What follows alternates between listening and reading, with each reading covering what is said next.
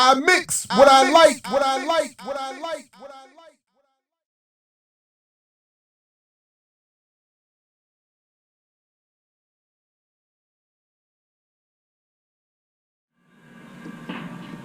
All right, what's up, everybody?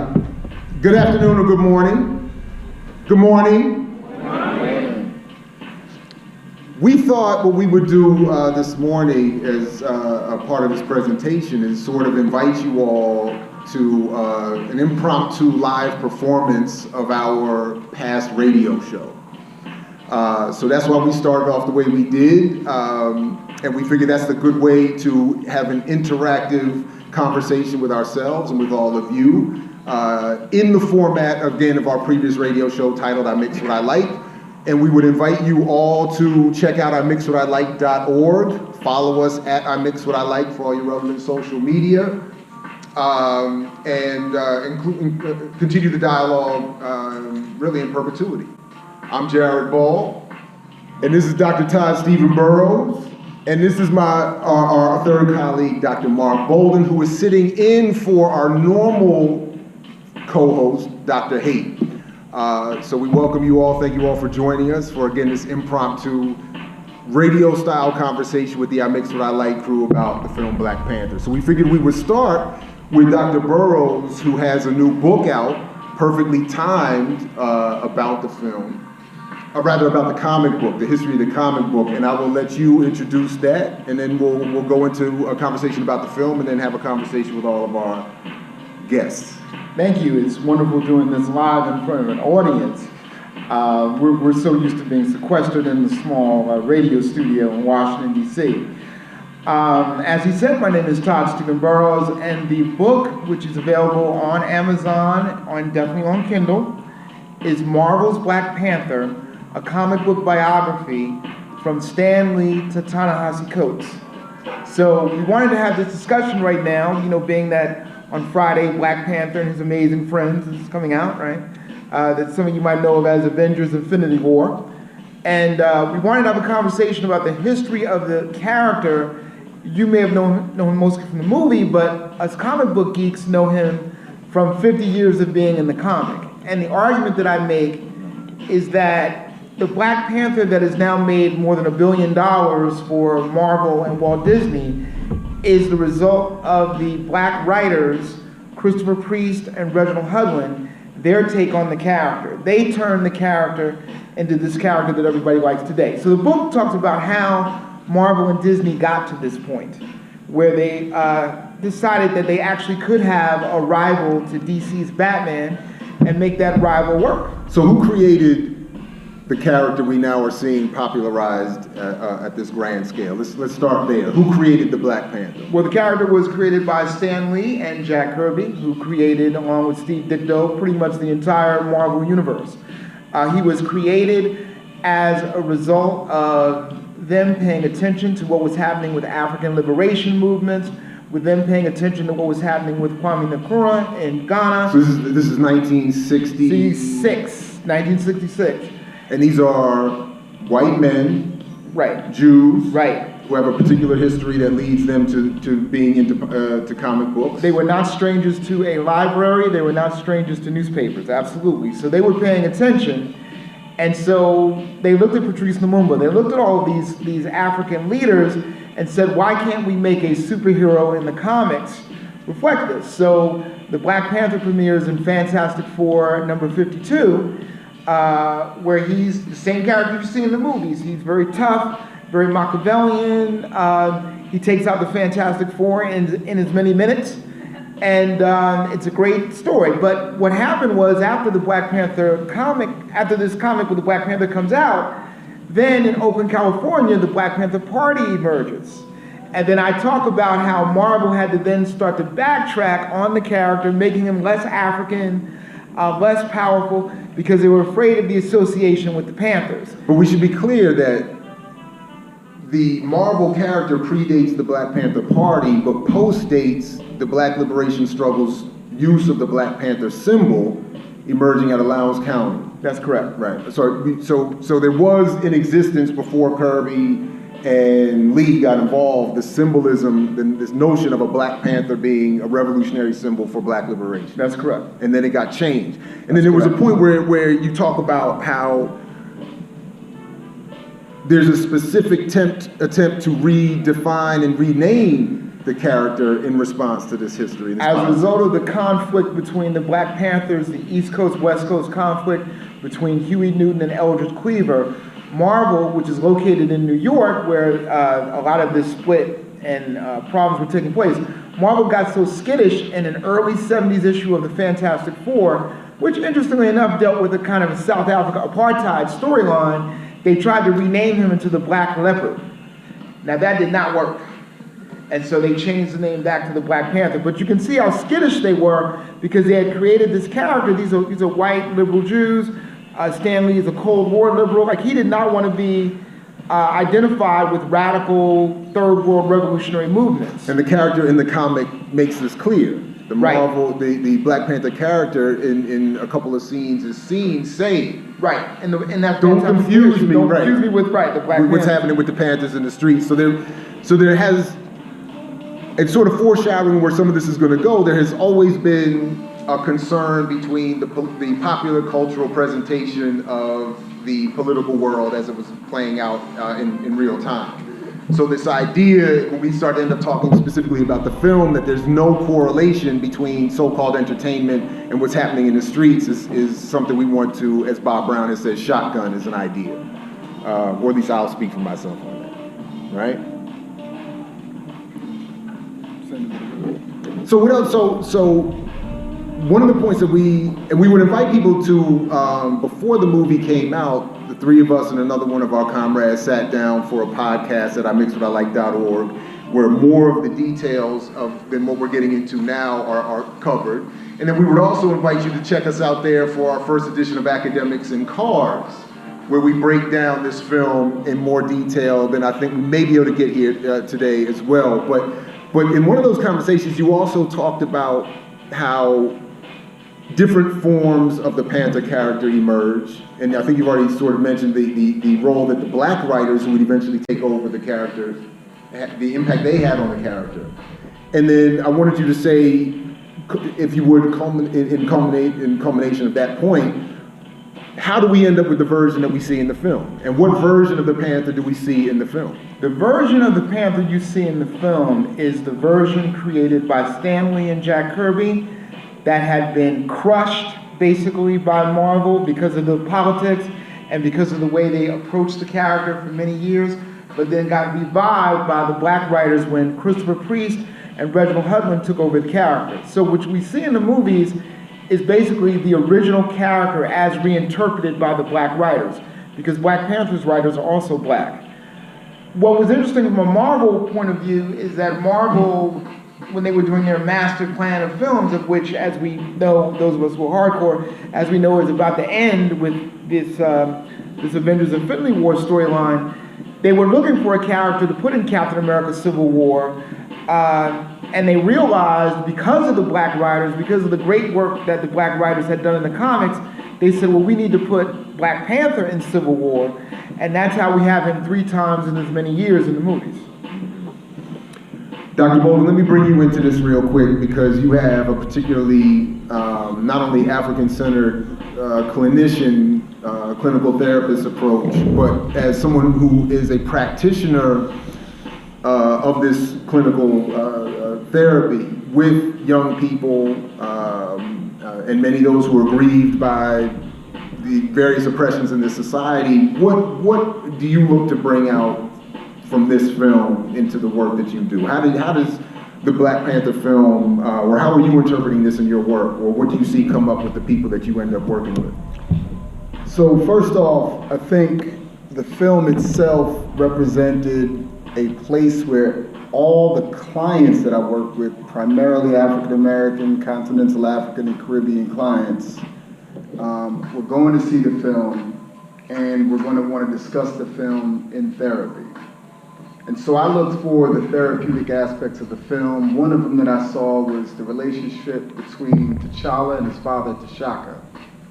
And as you know, T'Chaka's killed by Claw in Civil War, And then T'Challa comes back and is like, you know, in Panther trying to figure out what to do to avenge his father. The clients I work with, especially a lot of the black boys, are trying to figure out their relationships with their fathers. And their fathers are also trying to figure out relationships with their fathers.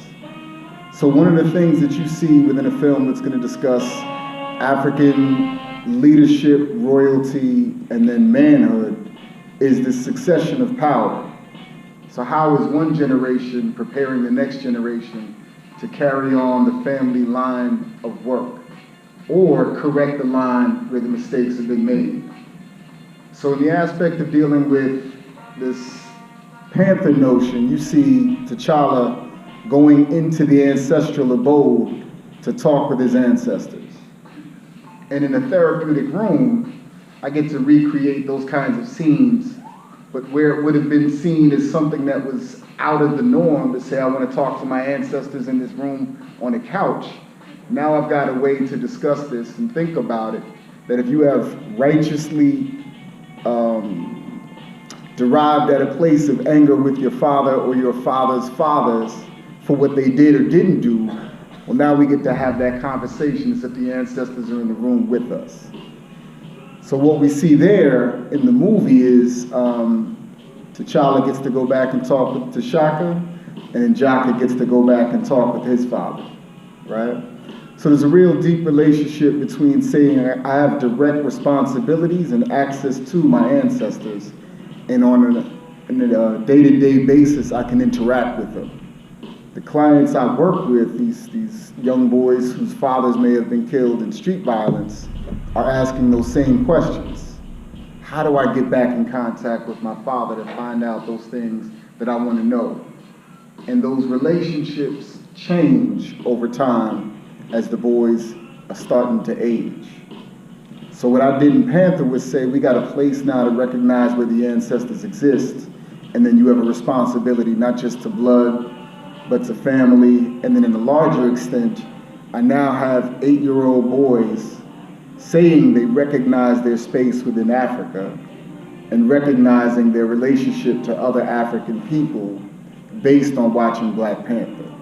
So the movie did a lot of the heavy lifting that I'd like to do in therapy, and it gave a point from which we can emerge into an identity-based, politically based, culturally sound practice of mental health therapy that really is dealing with intergenerational trauma and wounds from political violence suffered in the day-to-day intercolonial context within the greater Washington, D.C. area.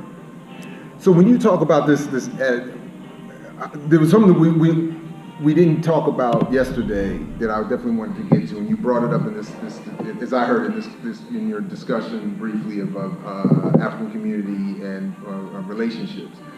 I had a real problem with the film and its discussion of Pan-Africanism. I didn't like the way Pan-Africanism as a concept was deployed in the film. That is, the concept that all African people have a common history and culture and politics that should be organized around and has a long tradition in history and variations and currents. But in this form, we got a very reactionary one. We have Pan-Africanism defined by a very un-Pan-African Wakandan ethic. That is, we're only here for us, and we're not looking out for the rest of the African community. And this was something that Killmonger's character looked to address specifically, which is why he's my hero in the film. Unquestioned, without caveat, exception, or anything. So I wanted to ask you both to comment on that. Like, what did you think about the Pan-Africanism in the film, and specifically what I see and we've talked about has been done to African Americans in this film? That I think there's a specific anti-Pan-African negative depiction of the African experience in this country, where the Black American character and the Black American experience is denigrated and made into the evil. But anyway, what did you all think about that? I think it's all in your question. We have a film in which no African uses the word Africa. I don't know if you noticed that. But in the beginning, you hear the guy who gets killed, the uncle who gets killed, he mentions Africa. The white characters mention Africa. The only people who don't mention Africa are the Africans, or the Wakandans. They mention, if you notice, they mention Wakanda and the world. Wakanda and the world. And that's a setup, because why? Because at the end of the movie, as we know, they embrace the world right in time, coincidentally, to be cannon fodder for Thanos on Friday. See, this is where we're at. Explain that. What's going to happen on Friday? What's going to happen on Friday is that Thanos is coming. Thanos, those of you who don't know Thanos, if you heard of Darkseid, think of like the Marvel equivalent of Darkseid, right? Thanos is coming. The Avengers are going to be in big trouble. And they're going to need help. And you see in one of the trailers where they said, we need help. Well, where are they going to help? They're going to Wakanda for help. Okay, they're going to Shuri for help. We're going to see this. And so in film criticism, there's something called the magic Negro. I don't know if you've learned about this in your film classes, but there's something called the magic Negro. The magic Negro... That would be like Morgan Freeman's every character. Right, That would be like Will Smith in Bagger Vance. Right. Say it again? Stephen King's character in that movie. The Green Mile.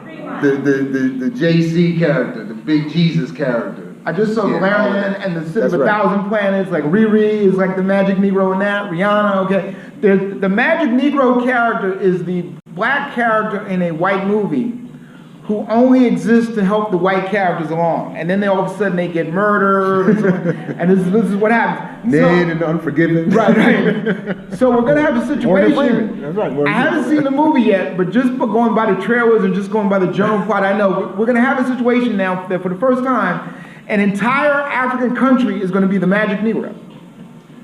Wakanda is going to save the world at whatever cost that to happens. itself. Right. And then, so the challenge of Pan-Africanism is like multifaceted because there are multiple directions that you could look at Pan-Africanism. For one, you have several different African cultures explained within the movie as being part of a nation of Wakanda, right? So you've got mountain people, you got river people, you got folks who are traders, folks who are herders, probably folks who are hunters. All these different societies exist within the universe of Wakanda, which also has African languages, including Igbo and then Xhosa, right? So you see different African groups represented from the continent and kind of one place where African people have been safe from the vestiges of European, Arab, Asian encroachment on a country, right? So that idea of this super country has always been imagined for African people once the Atlantic slave trade takes place.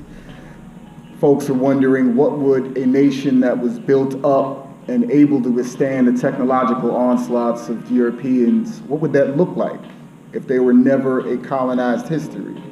So you have examples like Ethiopia that fought off colonizers in Italy, successfully won the Battle of Adwa like 1894. You've got other cities that have existed that would be like a Wakanda in Benin from like 800 until like 1400. Benin is one of these major cities within Middle Kingdom Africa. You'd also have places like Mali.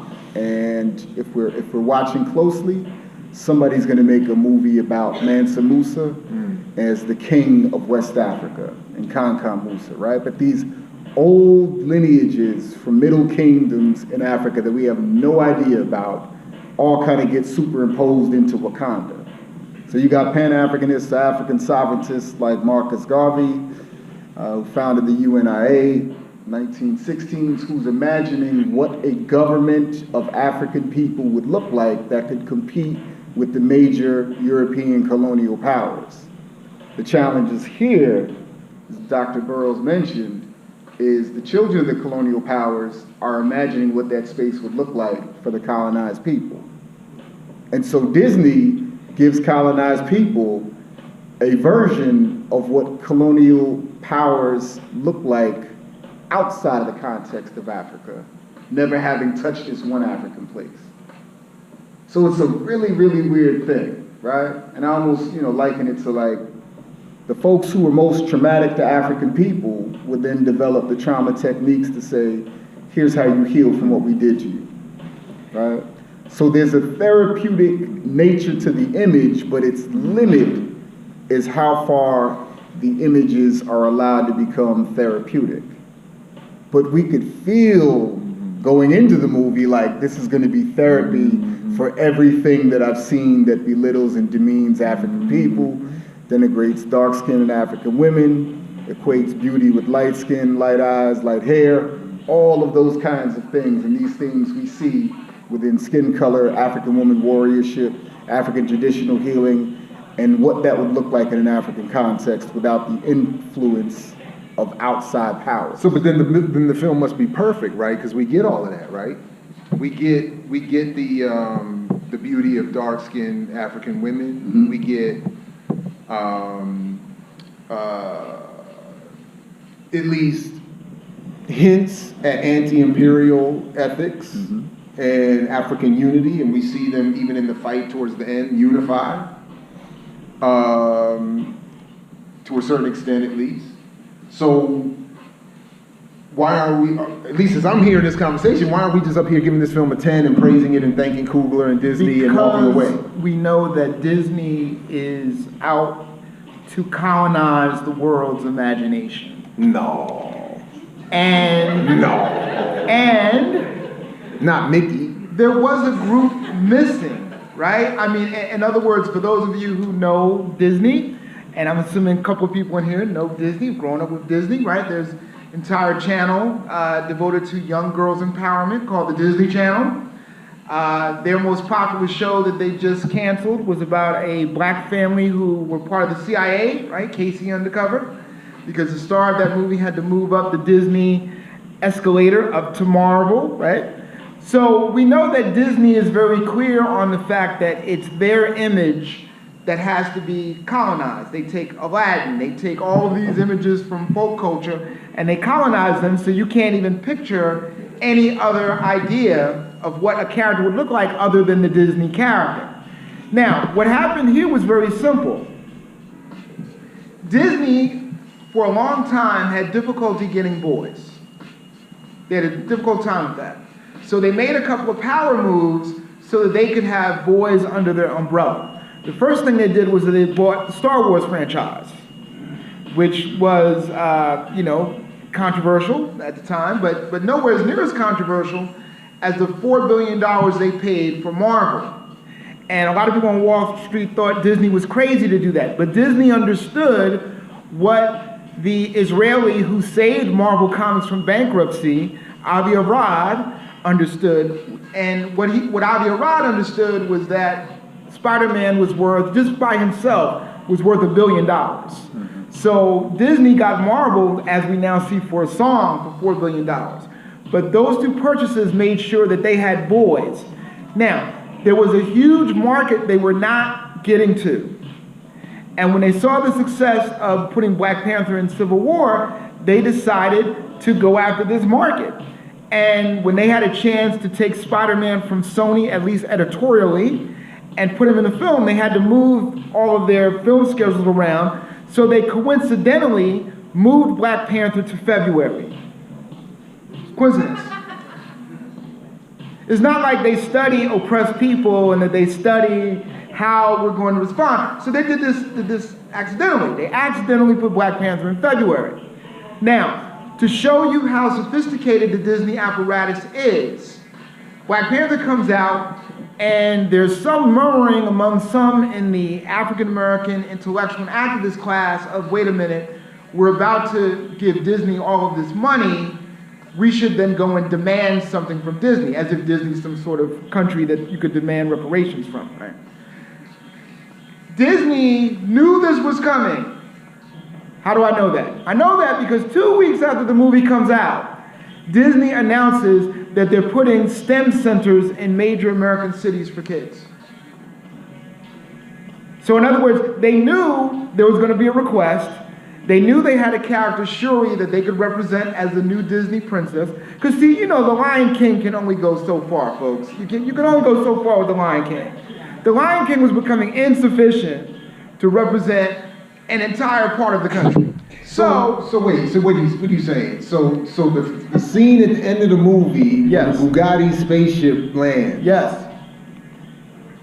where they called it, the brothers thought of it, they were like, is that a Bugatti? And that was supposed to be a joke, because you're making fun of ignorant black American kids in the inner city hanging out on the street looking for a Bugatti spaceship and not having any other concept of a fancy aircraft than to call it a Bugatti, and then who are greeted with these super Africans, because they're not just African, but they're super Africans, who offer not specifically the STEM program, but what was it? The Arts Center. Right. We're going to buy these Arts buildings. and science, right? Arts and Science. We're going to buy these buildings for you.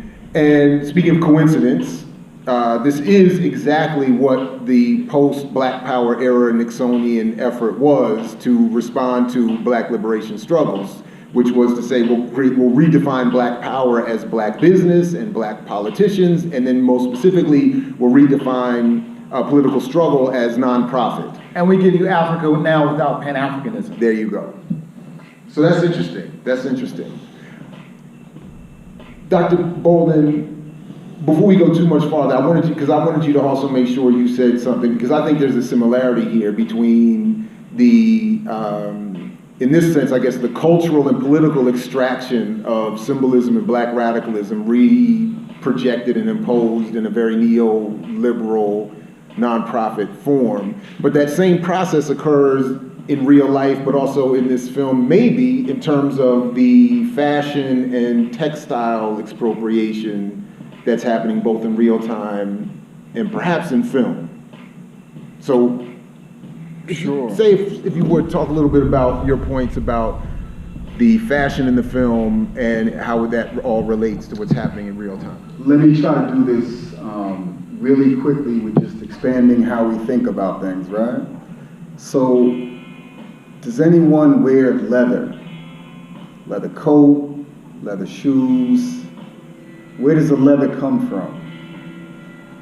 Comes from animal hides, right? Okay, now, you know when they talk about Africa, folks will say there's a lot of animals in Africa, and there's a lot of exotic animals in Africa, and some of those leathers might be real expensive. Well, if you have all of those animals in Africa, then you have a leather textile industry. And if you have that, well, then you might have some of the most exotic leathers coming out of the continent of Africa.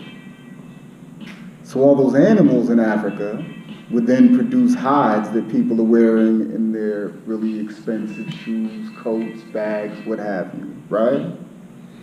But the difference would be, it's not Italian leather. Because if it's Italian leather, well then it's nice. Because there's more animals in Italy than there are in Africa. Does that make sense? And the animals that are in Italy, well, they produce better hides than the ones in Africa. You see how that works? Now, imagine how the US makes its money. In its first iteration, growing cotton and having indigo plantations. The mercantile industries are what really creates the wealth for the super rich, both in this country, the colonizers who took it to the Caribbean, and then folks coming out of the UK, Britain specifically, right? And all of the people around the world are put to work for these textile-based industry. So now imagine if there are plantations in the US and you need a lot of sunlight and good land for both indigo, tropical climates, and then cotton, you also need those tropical climates. Do you imagine that there's anywhere that might have a tropical climate in Africa? Do you imagine that cotton could grow anywhere in Africa? So you would imagine there's an industry that could explode out of a textile approach to national wealth development. Except for the fact that the same lands that were owned in the US were owned by a very few folks, and the same relationship exists to Africa. So where you might see a lot of African-looking textiles like this, for example, Ankara in the west, Kitenge in the east, these might actually be owned by non-African companies and sold to the folks in the continent to be like, these are your prints. and then shipped around the world to say these are African prints, but produced in Holland by a company like Vlisco or something, right? So the explosion that we see in terms of the fashion of the Black Panther, if it was actually a sovereign approach to it, you would see the folks creating national industries out of textile, leathers, indigo dyes, and then woven cloth itself, and then expanded on a larger basis so that folks are actually producing the clothes that they wear versus importing because you don't have the factories to produce the raw goods into a finished product in Africa. And the reason why you don't have that is when the colonizers left, they shut down the factories, destroyed the machines, and took the plants. So rather than saying we're going to leave you the tools to build up your own economies, we're going to destroy everything that we built to create our economies to extract your wealth. And we don't get those kinds of things in the film, right? Dr. Burroughs, why do we see this CIA agent at the end of the movie? Why is he in the movie, period? And then why do we see this, what I'm going to describe as a funky relationship between him and T'Challa at the end of the film? Okay. This is going to be more comic book men than, black nationalists talk for a second, okay? The Ross character comes from, ironically, the first black writer of Black Panther, Christopher Priest. Christopher Priest takes over Black Panther in 1998. The year before, an entire black comic line got shut down called Milestone Comics, where you get Static and Icon. Those of you who know who Static is. This was a whole black comic book line that went under a year before Priest got Black Panther. So Priest was skittish about how am I going to make Black Panther work when an entire black comic book line didn't work. So he decided to give his Black Panther a white co-star and a white narrator, and that is the character in the movie, the Ross character, done by Martin Freeman. What he's supposed to be in the comic is almost like a comic foil, like a kind of a commentary on liberal racism, etc. And he's also supposed to make T'Challa more mysterious because since he's the narrator, you don't really know what T'Challa thinks, you only know what he acts. And this is a comic book type thing here. In the movie, he's made as a connection that pushes T'Challa to open up. Now, if you notice in the movie, they save his life and they bring him to Wakanda. Now, the rationale in terms of the movie is that the only reason that T'Challa did that is because Ross saved Nakia. Because remember, all he cares about is Nakia. He doesn't care about the Boko Haram women in the beginning of the movie who Nakia saved. He cares nothing about them. He's there to get Nakia. I'm glad you mentioned that, by the way. He's there to get Nakia. I'm just saying the anti-Islam, pro-Islamic terrorist mythology promoted at the beginning of the film with the whole Boko Haram kidnapping of girls in Nigeria scene at the beginning of the film. That was pretty slick. And as has come up with, I believe this was our other colleague, Dr. Haight, there was something similar done with the Marvel Iron Man film, with the beginning of that being very pro-military, anti-Islamic, sort of following that traditional mythology of attacking these savages in caves with superior Western weaponry. So this theme, but anyway, I mean, some would view the Boko Haram scene as a liberation, as a fantasy liberation of those women. Right. But definitely without that context, and in the context of what you're talking about, right. I definitely hear your critique there. Mm-hmm. But I mean, it's all about Nakia for T'Challa. Right. So he saves Ross and brings him to Wakanda to heal him only because he saved Nakia. So had he not saved Nakia, he'd have just died. So the Ross character. Now, okay, it depends on how you view this, right? I view the Ross character as kind of like Lando Calrissian in Star Wars, right? Not given a lot to do, but what he's given to do looks important, right? So he's not, and he's doing the air fight, right? He's doing the air fight. But even the way they set it up, like nobody in Star Wars goes, Lando, we're really counting on you. Lando, we know you're an expert this, expert that. And Lando does work in Return of the Jedi that hardly anybody pays attention to because most people are focused on the Endor moon. See how deep I go? Okay. So But in this case, you know, Ross is like the hero, right, or one of the main heroes, along with M'Baku, which in comic book geek we call Manny, you call M'Baku.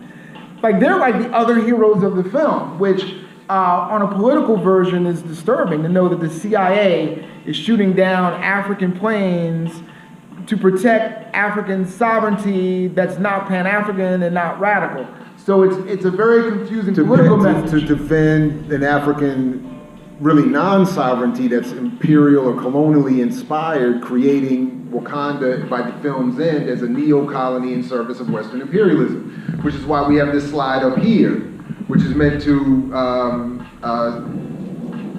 both an image and symbol remind people what, at least what I'm arguing, was the film's intent here politically, as a statement against radical Pan-Africanism. So to your left, you see Patrice Lumumba, the only democratically elected leader of the Congo, giving a speech wearing that similar sash to the United Nations in 1960, but a speech very dissimilar from what we see from T'Challa's speech in the film, whereas Lumumba is saying, our newly independent Congo will use its resources and its sovereignty to defend itself and other African and oppressed colonized people. T'Challa is saying, we're going to use Wakanda's technology and resources to work with the West in defending against the uprisings around the world represented by the character Killmonger, who again I argue is really the only, if not the most heroic figure in the film. Now look, we only have about 10 minutes left, and I wanted us to do, before we transition into the Q&A discussion, I wanted us to maybe segue with this provocative critique of the soundtrack. Do you want to foreshadow that? Or should we play it and then come back to it? Let's come back to that.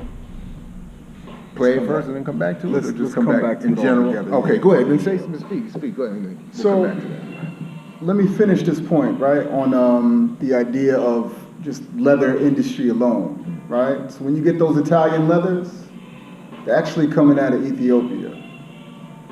And then you slap an Italian name on the designer, because what you're really paying for is not the leather, but the logo and the brand name, right? So then if we see anything start to bloom and blossom out of the African directives from the film, it would be within the actual fashion industry, where you have a burgeoning approach from African designers who are saying our work should be valued the same way everything else is valued, right? But that's almost like asking to be put on par with Europe as a standard, because the European standard is still better than the African standard in the global eyes. Now, should that be the same for African people? Should Africa look outside of itself to see what its standard should be? Or should it set the internal standards for what is supposed to be considered gold standard, right? So if we just did that with the actual minerals, as we're talking about Patrice Lumumba, Lumumba recognized, as other African national leaders did and do, that the mineral wealth in Africa would sustain it for centuries to come if it were nationalized per each country. So something like coltan has like $24 trillion worth. The Congo has $24 trillion worth of coltan in the Congo. So is the Congo a poor nation? $24 trillion of one mineral? Probably not so much. So then what makes the Congo an impoverished nation is the underdevelopment by multinational corporations that are coming in to extract mineral wealth. But we see that same thing in the way that Disney likes to move, right? Disney's first job in the 1950s related to the mineral industry connected to the military-industrial complex was to introduce uranium to the globe, to American citizens. And it did so using the story of the genie in the lamp, who gives unlimited power to whoever finds it. And what does that unlimited power look like? Looks like nuclear warfare, right? And then here's the propaganda aspect. What do the 3 different panels say? 1, we wish for peace. 2, we wish for power. And then something about food and security, right? But the issue then is power. So the power is in stealing other people's story, because we know Disney wasn't related to anybody producing a genie's lamp to rub on. And then, you know, the propaganda comes in with saying, well, what do people plan to do with this nuclear power? Produce more security in the world? You feel more safe with Trump having the controls of a nuclear weapon? Like, do you? So then there would be some kind of discussion about ending nuclear power, right? But Disney's job, the same way they did vibranium, was to open up this nuclear mineral power source, the same way folks are going into Africa now and saying, all right, we can go get coltan, and that's gonna power electric cars, phones, computers, tablets, and what have you. And if I just could make the obvious symbolism here, is because Captain America has to be saved. In the film on Friday, you're going to see T'Challa give Captain America a new shield. I mean, the symbolism is right there. Yeah. Okay. All right, so what we're gonna do, we're gonna, as you all prepare, first of all, I'm doing what I should have done at the beginning. I wanna thank you all again and thank our hosts. And what we're gonna do is ask you all, as you prepare your questions, comments, critiques, queries, conundrums, catechisms, cacophony, calumny, we're gonna play the theme song, or one of the theme songs from the soundtrack featuring the Pulitzer Prize winning Kendrick, what'd I say? Pulitzer. What'd I say? You said it, but you got to echo Oh, that. the Pulitzer Prize yeah. winning. It's big, big. Kendrick Lamar, and then get into a Q&A. So again, thanks for tuning in and checking out this live edition of I Mix What I Like. And let's check out this Kendrick track as we get into a Q&A with all of you. That's not it. Does anybody listen to Kendrick Lamar? You do? You think he was the best person for the soundtrack? Thank you for that analysis on Killmonger. Because when I watched the movie, he was my hero. However, Dr. Bolden, as a mental health practitioner, psychiatrist, psychologist, I ask you this question. Because I left feeling like he was a hero. But the narrative amongst Black folks, and particularly young Black men, was very conflicting, right? Wakanda, I'm like Killmonger. You know, Wakanda is about keeping it, Killmonger is about we all take it and do what we have to do. How does that impact Black people, particularly Black young men? Very good question. Great question. So if I were to look at this, on the right, it's one of my clients who's put on an African mask that we keep in the clinic. And when the children play, we have 2 dolls or action figures given to us by Dr. Burroughs from his old collection of action figures in the Marvel Universe. So we've actually created, through his gifts at Ascension Psychological Services, a Black superhero universe, right? And one of the immediate things that we realized is you have all these Black men superheroes. We didn't really have that many Black women superheroes. So we recreated the man superhero, like, patriarchy, right? So then we were like, okay, now what can we get from the other Black women in the films and see Black women superheroes?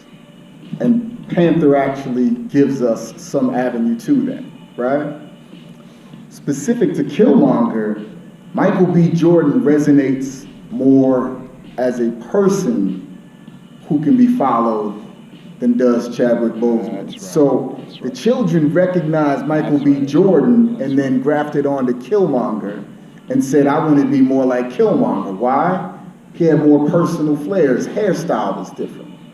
He had more anger. They recognized that. He was more disrespectful intentionally, right? So a lot of the boys that I work with actually identify with Killmonger more than T'Challa. And then there's some stuff that Killmonger does that just makes sense to the children. So I got one 8-year-old who was thinking, so I'm part of 2 billion people globally. Why wouldn't T'Challa want to be part of the whole global picture? This is at 8 years old. He's trying to figure these things out, right? So there's something about the way that Killmonger moves that resonates inherently through Michael B. Jordan, through the style, and then through the brash, like aggressive, seeming stronger, seeming tougher than T'Challa in general. And then what he wants to do is go to war. So a lot of the black boys that I work with, they're always looking to see what power looks like. And they feel Killmonger's desire for power as an outsider who's trying to make his way back in. And those themes, they come up all the time with the black boys that I work with. So thank you for that question. Do you have any other questions?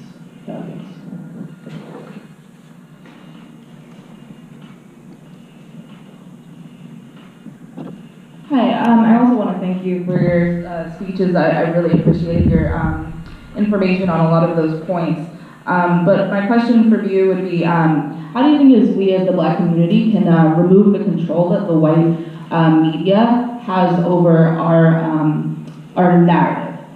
Because it seems to me is that most of the films that are made by the white media that involves black people teaches black passivity and black activity only in the service of white people.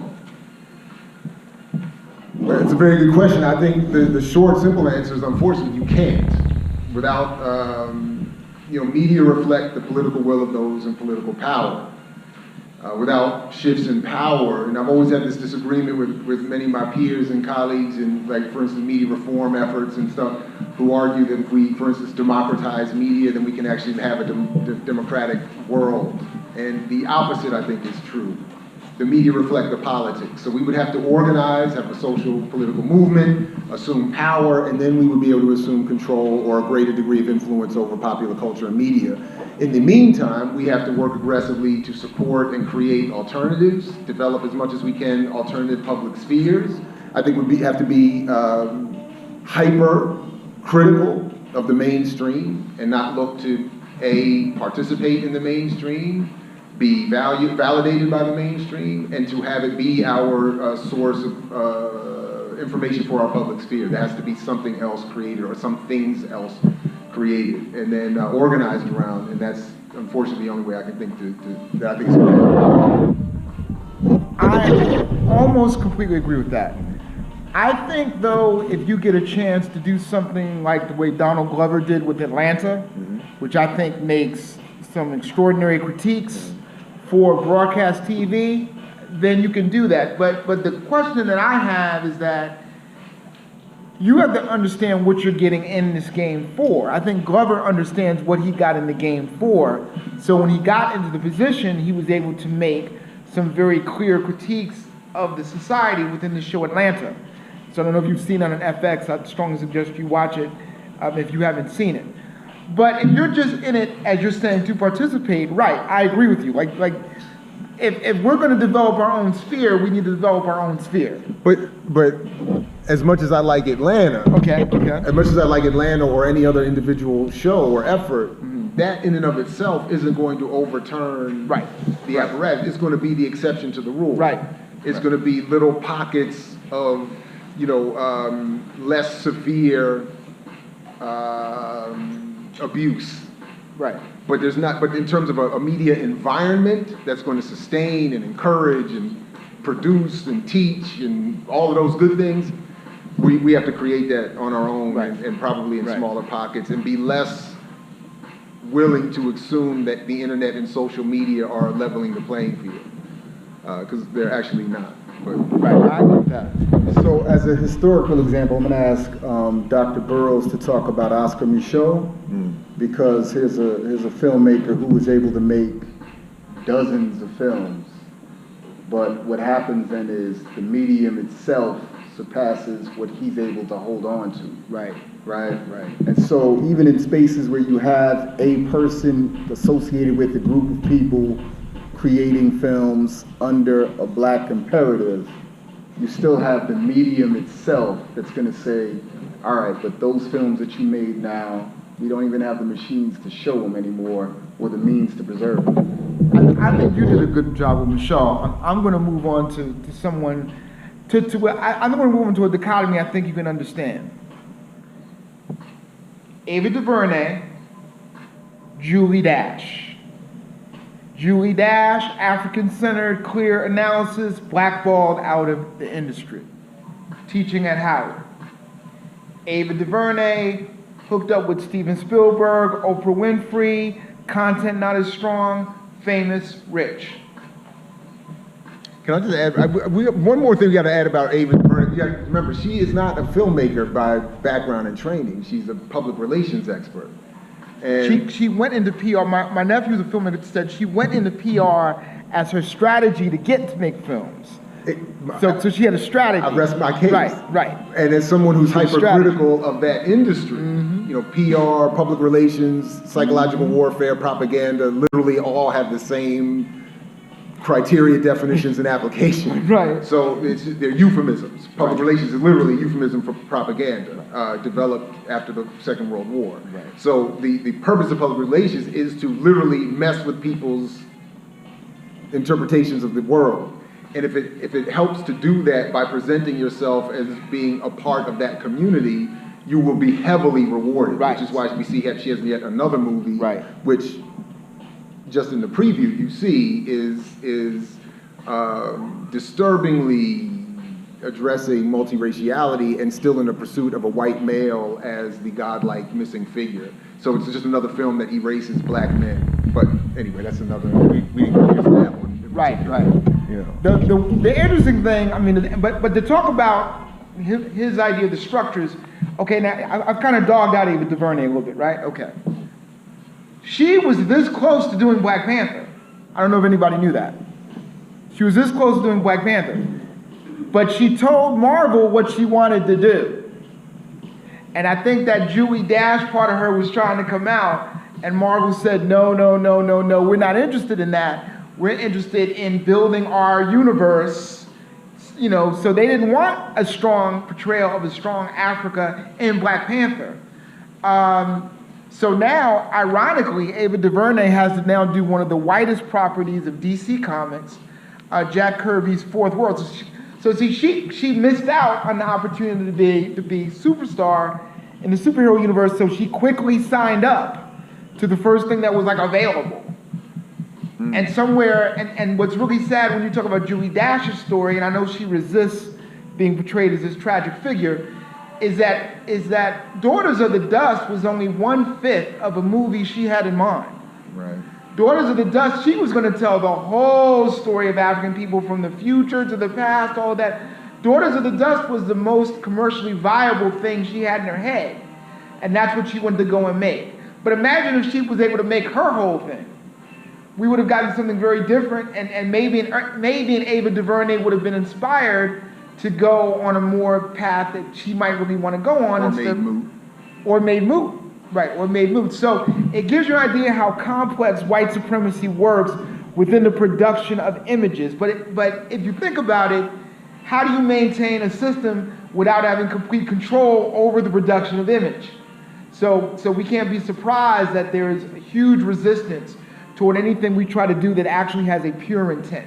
And I don't see any pressing questions. I just want to add, since I see a bit of diversity in the room, that as we mentioned yesterday, folks may want to pay attention to the shifting tokenism in American pop culture as black people are slowly being replaced as tokens in white media by various other so-called minorities. This is all meant to perform the same function of welcoming these groups into the Western cultural store, so to speak, without addressing the material conditions that they still suffer in great deals of inequality. So, if people want to, before, Dr. Bolden mentioned yesterday Moana and Coco and all these attempts to bring in different groups, they should also look back at the particular history of black people in this country vis-a-vis race and popular culture to see what may be coming down the line for them, because it is not a welcome, we're all holding hands and we're all going to be equal and sharing our resources type of thing. It's meant to hide the fact that we're not doing that.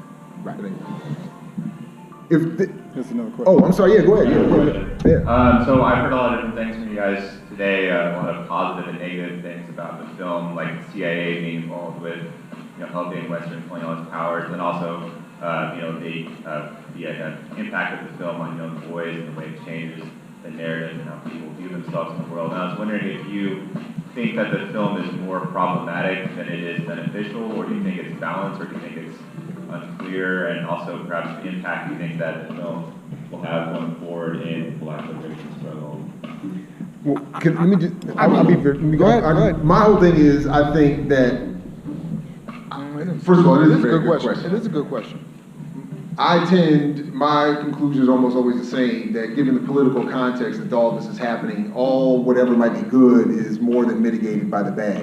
And the more we are convinced that images and films and media are entertainment and are somehow positive, I think the more we miss out on the negative impact of these films, which is really, as we alluded to a little bit here, to redefine Black radical symbolism, the Panther being this important symbol historically, redefining what it means to be a Pan-African, redefining all of that into something that's very safe for commercial white supremacist capitalism to survive. So I tend to think it's all negative. I don't want to see films about my heroes. I don't want to see films claiming to represent anything politically or culturally of interest to me, because in this context, I think it's all going to be distorted and ultimately negative. And I'd rather not have to deconstruct that before we got to the positive of whatever it is. But that's just And I'm glad that there are people like you who believe that and have an analysis for that, because I think we need to be hypercritical of these things. So for instance, I'm of the quote-unquote opposite view. I love the movie, right? I love everything about the movie, but it's politics. The problem is with the movie, though, is with its politics, right?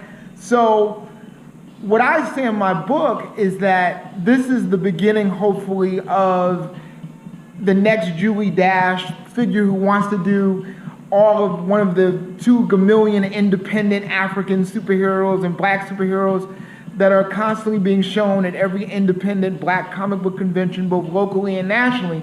Somebody is going to take one of these characters from this independent realm and do an independent movie, and it will be a hit. And it will be a hit because of Black Panther. So I think Black Panther's real value is the fact that we now know that this is possible. We now know that with a certain amount of money and a certain amount of skill and a certain amount of commitment, we can create things that can counteract this or do this the right way. And I think that's the best thing in terms of political analysis and the sociocultural analysis. I think that's the best we can hope for, dealing that this is a Marvel Comics product, which means it's a Disney product. So I think the film is energy. And one of the things we try to do is direct the energy and attention to the energy in the way that we see fit. So that narrative piece is really where I look to see how good is it, how useful is it, how much has to be thrown away, right?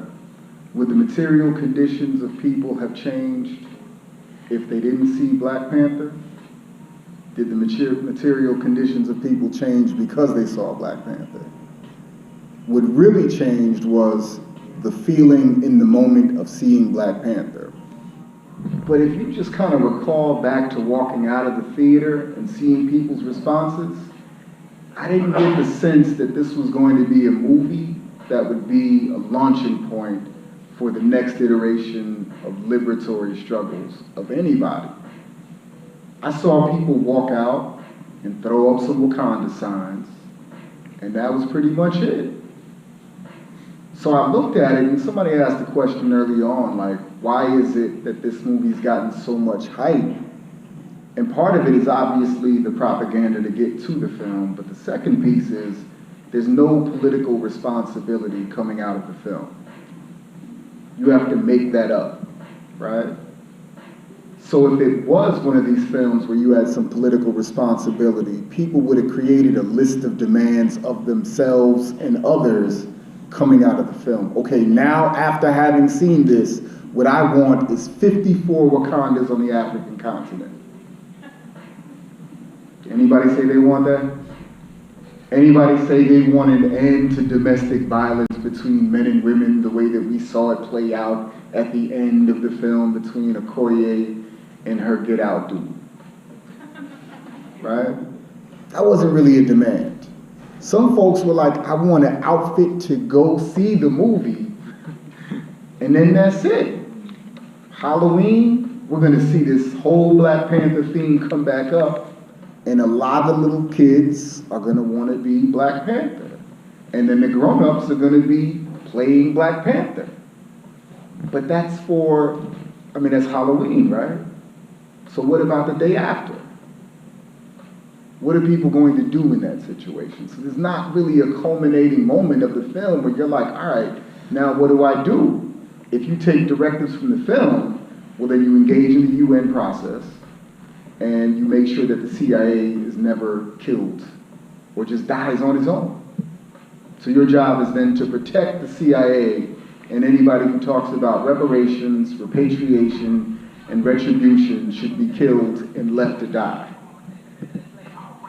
That's a heck of a statement coming out of the film. Now, is that what's on the minds of the young folks that I work with who've come out of watching the film? They're like, no, I saw the Black Panther and the Gold Black Panther. So then my job as a therapist is to make sense of this within the family, community context, and the school context, right? So what does it mean that you have to do to build Wakanda in your school? It means you can't fight with everybody in your school, right? Okay, we need to make the space safe for the girls to be scientists. Cool, that's fine. But is that what the film said? Not really. So for me, the film is a page that everybody was getting on, and I was like, all right, let's see what's on that one page, and then introduce you to every page thereafter. But it's impossible to do because we don't have the Disney Marvel machine behind our thinking, right? So Marvel has already said, we're going to make every mythological story of every superhero that you could imagine. And how do we know this? Because Malcolm X and Martin Luther King have already been in the Black Panther series. Dr. Burroughs can talk about that. But they've already said everybody you consider to be a hero will put in and then make them service the aims of who? Not Black Panther, because he won't lead the Avengers. He would lead, like he wouldn't lead the Revengers. Let me just put it that way. If Killmonger had a team, it would be like I'm building a Revenger team, right? And T'Challa's job was to stop the revenge. Like, no. We are isolated, non-aligned country. We don't pick sides, except when the UN comes calling to save us from space invaders. Now, I don't know about anybody in the continent who was worried about aliens from outer space coming, but I can show you a clear record of colonized countries that are like, we lost millions of people because of the theft of our folks. And that would seem like the greatest space to engage all of the efforts of a continental military police force headed by the most technologically superior country in Africa. But that's not really what we get out of that, right? So then the hard part is, how come it felt good to look at Black people? Nakia is beautiful. Lupita Nyong'o is beautiful. Every time you saw her on screen, she stole the show, right? So you're like, okay, I can't feel bad about watching her, but it's like, all right, cool. But you just saw Wonder Woman, and Gal Gadot was representing the epitome of white Aryan beauty, right? And so what are the kids supposed to do? Are they supposed to say, now I gotta choose sides? I like Nakia better than I like Wonder Woman? Or who seemed more powerful? Wonder Woman's like a goddess. Good point. Right? So now, even with all of the beautiful images of brownness and blackness that we saw on the screen, it still has to contend with the larger racist universe that says Black folks are still not the epitome or standard for beauty, right? So we would need how many Black Panthers to counteract one Superman series? Right. And this is just one movie. Right. And we've been watching Superman since 80 the years. 40s. 80 years. Literally Oh. 80 years this month. Action Comics #1. So now, let's talk 80 years from now of only Black Panther, and no other film is made to address that point. Then we might have something, if this is all folks know. But to contend in the same universe, to act like all things are equal, would be too much to ask any individual to say, I'm only going to sort out for what I think is useful. Everything else I'm going to dismiss.